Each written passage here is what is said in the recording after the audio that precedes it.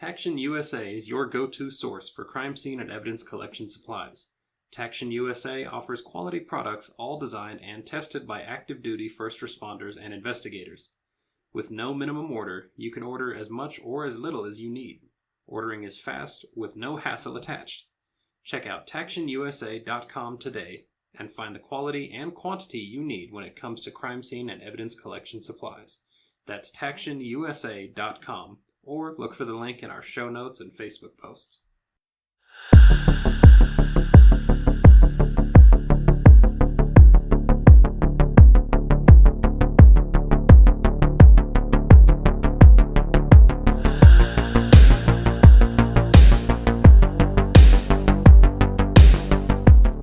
Welcome to Crossing the Tape, your favorite true crime podcast.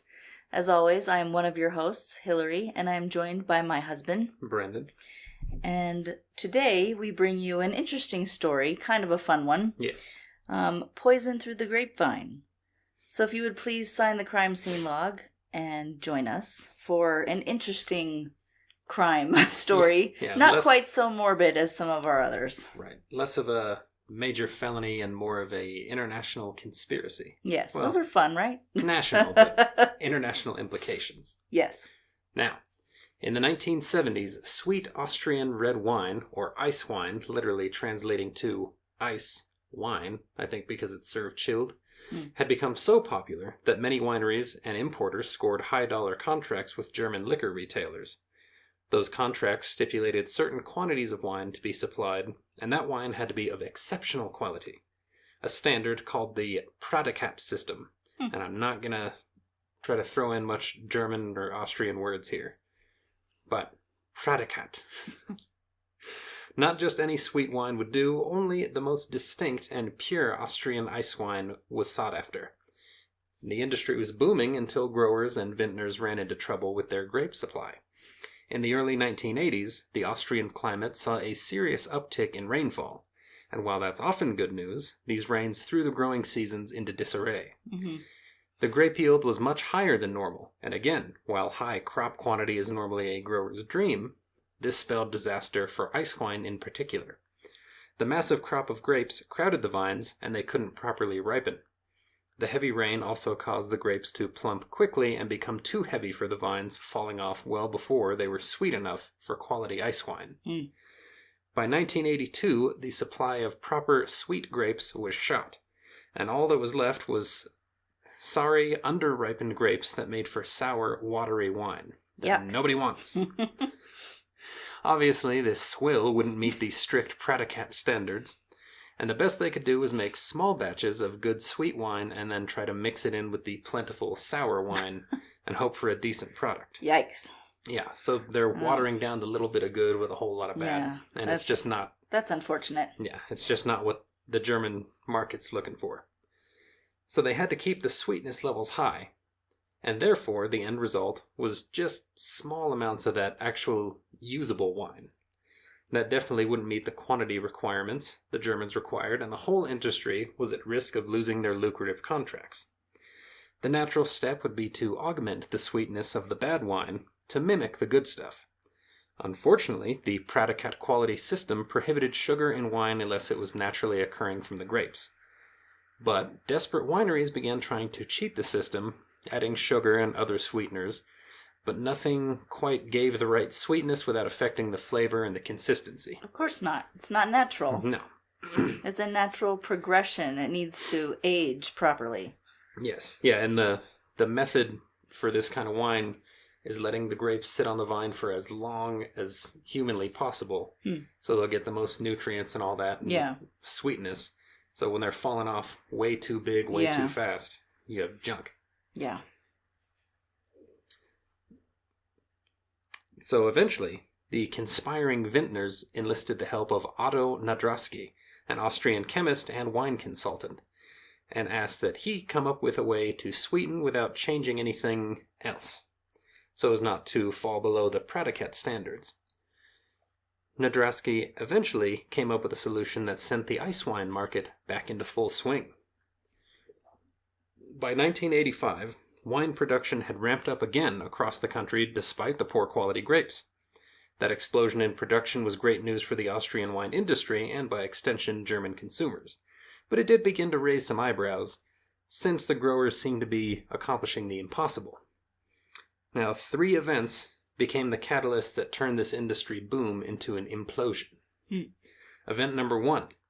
In December of 1984, an unknown man entered the Federal Institute of Agricultural Chemistry in Vienna. Which, well, I didn't know they had such a thing. Right. Agricultural chemistry. Well, it would be pesticides and that kind of thing, and probably trying to see what limit that, the amount of that kind of stuff getting into the food and all. Yeah. So this gentleman, unknown guy, dropped off a bottle of unknown liquid, stated that chemical is responsible for the growth in ice wine production. He was never identified, and he promptly left the building. Probably smart. Yes.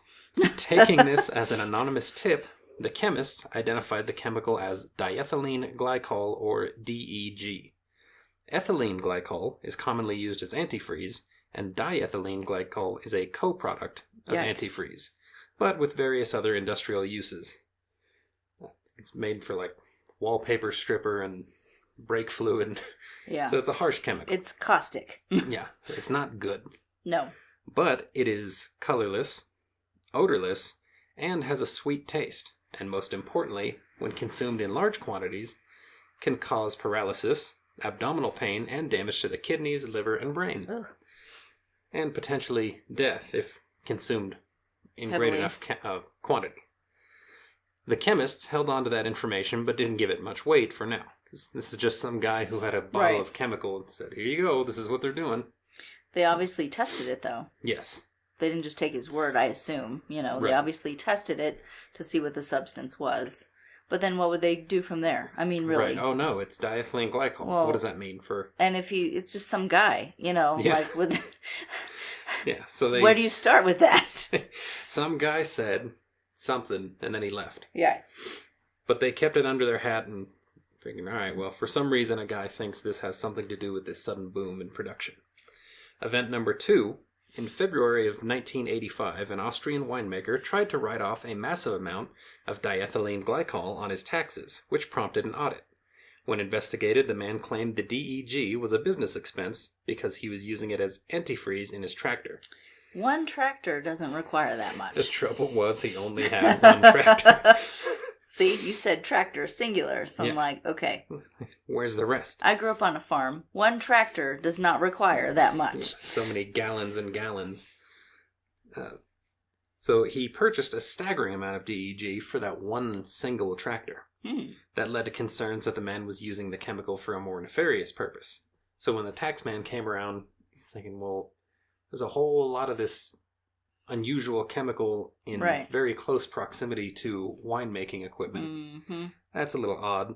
So he referred the farmer to the Austrian Agricultural Ministry for inspection. That suspicious activity was enough for the ministry to obtain a search warrant for the winery. A team of investigators was sent to seize the wine in the vats and collect samples for testing. And sure enough, the results of those tests showed DEG in the wine, proving the anonymous whistleblower correct. So, good for that guy for coming forward, but who was he? Right. Apparently he had a German accent, not necessarily Austrian. So, he was in on this somehow and decided to turn it over, but we don't know on what end exactly. Right. It became evident that the winemaker was using the subpar wine he was able to produce, sweetened with DEG, to fool the German market into believing he had a quality product. The team confiscated the wine and shut down production, as well as choosing to keep the investigation confidential for the moment, just in case any other wineries were up to the same tricks. Mm-hmm. Now, event number 3. In July of 1985, the German government randomly tested a bottle of Austrian ice wine from a store shelf, something they did regularly to ensure quality control after a previous sweetening scandal in their own country, I believe involving Italian wines that were sugared up. So they weren't going to be fooled again. Upon testing, they discovered an alarming additive, DEG. This led to more widespread testing of all wines to ensure there was not a rampant contamination. More on that later. Now, before the Germans discovered the tainted wine, the Agricultural Ministry planned to expand their quality testing, but despite their secrecy with the guy with the tractor, the word was out. He was singing like a canary telling other wineries something, the game is afoot. As evidenced by one of the most comically misguided attempts at a cover-up that I've ever heard. As winemakers heard about the impending tests, they knew they had to get rid of their DEG-contaminated wines before they were caught. One winemaker, Anton Schmid, decided he would ditch it all in one shot, quick and easy, by dumping several thousand gallons into the sewer. Oh my gosh. Evidently, he didn't consider what a massive spike in alcohol would do to the sewer system. Oh. But he and everyone else found out quickly. I guess he wasn't a chemist. No. Because that seems kind of common sense to me. Well, you know that alcohol can have effects on things. It's not like, I overwatered the lawn. But you also know, it preserves paint thinner things in your drink. Right. It's not good. Yeah, you know that alcohol, it Ferments. sanitizes and etc. The alcohol exterminated the necessary bacteria in the sewers, which breaks down the human waste and keeps things moving. Ugh. Without that bacteria, plus the sudden increase in volume, the sewage began backing up into a local river, which resulted in all of the trout dying. Aw, poor fish. Authorities looked into the fish massacre and found high levels of DEG, alcohol, and sewage in the water. And they weren't drunk fish. No, they was dead. They had a little too much of everything. They easily traced that contamination back to Anton Schmid's winery, and that ridiculous incident forced the Agricultural Ministry to expedite their testing process before any other wineries could cause an environmental disaster. But the testing process was slow and inefficient. As chemists worked to overhaul their testing machines to increase sensitivity to DEG, they struggled to keep up with the massive increase in samples coming in from wineries that were being investigated, because now they got to check pretty much everywhere. Well, yeah. Meanwhile, this time lapse allowed wineries to attempt other methods of covering up their crimes. We'll get to that in a few, but for now, drink in this word from our compadres at the National Investigative Training Academy. Interested in investigation and security? Whether you are already a professional or you are in the beginning stages, take all of your classes at the National Investigative Training Academy. Choose from over 200 courses, all written and taught by experts in the field. The National Investigative Training Academy, or NIDA, has offered high-level investigative and security training for over 12 years. Like live classes, NIDA has those too. Sign up today for private investigation and security courses and use brand ambassador code B as in boy, A as in Adam, 2367. Take a look at investigativeacademy.com. You'll find the link in our show notes. When Otto Nadrasky had formulated the DEG sweetening method, he instructed winemakers to only use a fraction of a gram per liter of wine in order to keep the levels untraceable and relatively safe for human consumption. Sounds like terrible advice. Yes, and what Nadrasky didn't consider is that, 1, some people consume large amounts of wine in a small period, leading to high enough DEG levels to be dangerous and potentially fatal. And 2, the winemakers couldn't be trusted to do their own quality control. They were just interested in making the sour wine taste extra sweet. And that led to wildly varying amounts of DEG in the wine market depending on the maker. Additionally, wine takes years to age and become the desired end product, meaning if DEG was found not only in the vats of newly made wine at the wineries, but also in the bottles on store shelves, this scandal may have been going on for years before it was discovered, and with around 45 million liters exported every year at the time, there was potential for hundreds of millions of bottles of deadly wine to already be on the market. Oh, dear. Ironically, to avoid detection, some winemakers purchased quality wine from other wineries and began dumping the good wine into their own to reduce the percentage of DEG and make it harder to detect. And in many cases, this backfired terribly because the supposed good wine used to dilute the poison was even more toxic. As it turned out, even some of the best wineries had resorted to large amounts of DEG to keep up appearances. So when it came time to test, the wineries that attempted this dilution method had some of the worst results, with several grams of DEG per liter, despite adding less than that to their product on their own. So they thought they were watering it down, they were making it worse. Right. And that's a recurring problem here. Ugh. So back to the Germans. They found that DEG usage was so common in Austrian imports, the German Ministry of Health issued a national warning against consumption of any Austrian wine. While the scandal made global headlines, German winemakers should have easily been able to fill the void with their own sweet red wines and dominate the market. Instead, they faced their own national embarrassment. The Ministry of Health had increased testing on German wines as well, specifically for DEG. Probably thinking they could proudly say, hey, look, none of that junk in our wines. Yeah. Well, the result was that many German wineries were contaminated with DEG as well. Of course. But lower amounts than the Austrian wine. With accusations flying, winemakers had no choice but to come clean. They did not add the chemical to their wines, but since Austrian ice wine was so well regarded, the only way the Germans could compete was by purchasing Austrian wine and mixing it in with their own in order to boost the quality. They just didn't know about the Austrians' dirty secret. Right. So they had to admit, one, sorry about the poison, and two, our wine's not as good as theirs, so we're just relabeling their stuff, basically. We resorted to this, but we didn't know about the poison. That's not our fault. And you know what's funny? If it wasn't for, well, kind of funny. If it wasn't for the poison, nobody would have known that the Germans were mixing their own wine and saying, no, this is a good German product here. It's because of poison that they had to go, all right, we're not as good. Right. Sorry. Now, the big question is, how many people died as a result of the poisoning? Some bottles were made with trace amounts that Nadrasky recommended for safety, while others contained definitely lethal doses of DEG. Ugh. But remarkably, no one died in the years this scandal carried on. That's amazing. One man was falsely reported to have died after drinking several bottles by his lonesome that he brought home to New York from a trip to Austria. But he later confirmed to the newspapers that reported he was dead. No, he's fine. Just a brief hospital stay. He did have some level of liver failure, but it wasn't fatal. Which is great that all the headlines say, dead man returns to life, claims okay. Very few people were even hospitalized in connection with the scandal. There were just various reports of abdominal pain and a few incidents of temporary paralysis and kidney stones here or there. Frankly, the amount of DEG in circulation should have killed tons of people, but the wine had an interesting effect on the glycol. When the alcohol is absorbed into the liver, it occupies the liver enzymes, preventing the DEG from being absorbed, and instead just passing through the body, doing minimal damage. Interesting.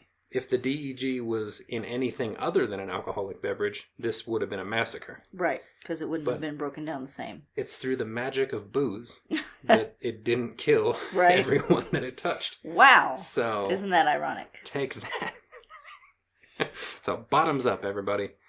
Now, the German and Austrian wine industries were shaken by their respective scandals, but the damage was far worse on the Austrian side. Not only was the ice wine reputation shattered, but imports had shrunk to 1/10 of the previous years. Once the testing process had caught up, dozens of wine growers and merchants were arrested, as well as Otto Nadrasky. Many of those arrests were done solely for the purpose of the government saving face, because a lot of charges were dropped in many cases due to a lack of evidence. So they couldn't necessarily say this was the guy that had the plan or did it for this winery or added it, but they had to get the headlines saying, major crackdown on poison wine.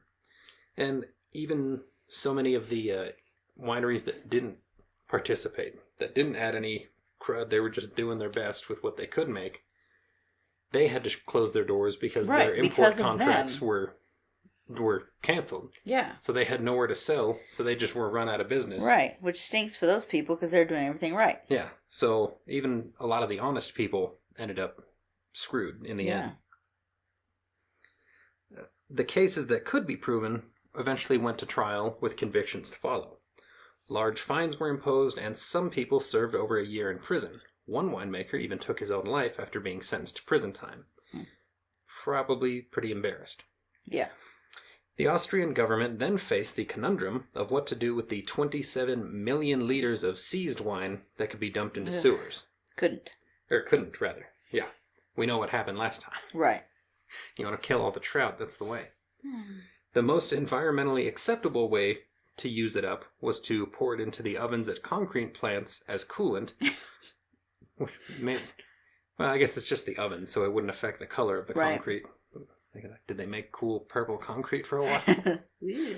And for an electrical plant to convert generators to run on ethanol and just burn the wine to create electricity. Interesting. Also, the winter of 1986 was particularly brutal, so authorities found they could combine the excess wine with a few other chemicals, makes an excellent road de-icer. Nice. So eventually, the killer wine was all used for good. The Austrian wine poisoning scandal resulted in farmers implementing new methods for grape growing to adapt to the new environment. This method involves removing the majority of the grapes from the vine just as they begin to grow, resulting in the few remaining grapes receiving more of the plant's nutrients. That result did mean lower quantities of wine and a lot more labor, but a much better end product, which helped repair the Austrian wine industry's reputation.